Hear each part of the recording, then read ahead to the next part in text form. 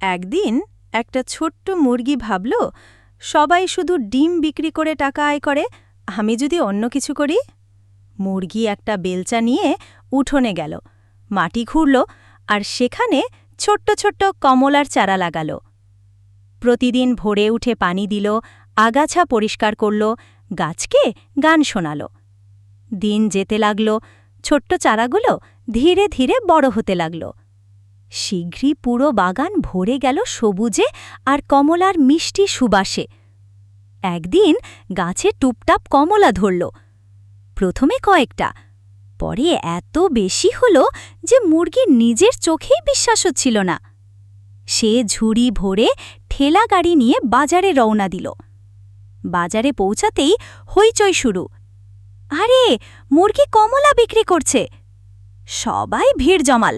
একে একে সব কমলা বিক্রি হয়ে গেল। টাকা গুনে খুশিতে লাফিয়ে উঠল মুরগি। ফিরে আসতে আসতে বলল, শ্রম করলে ফল মেলে, আর সেই ফল হয় মিষ্টি কমলা। এই ভিডিওটা যদি মজার লাগে তাহলে একটা লাইক দাও আর সাবস্ক্রাইব করে আমাদের সাথেই থেকো। তোমাদের ভালোবাসাই আমাদের শক্তি, তাই লাইক আর সাবস্ক্রাইব করতে ভুলো না।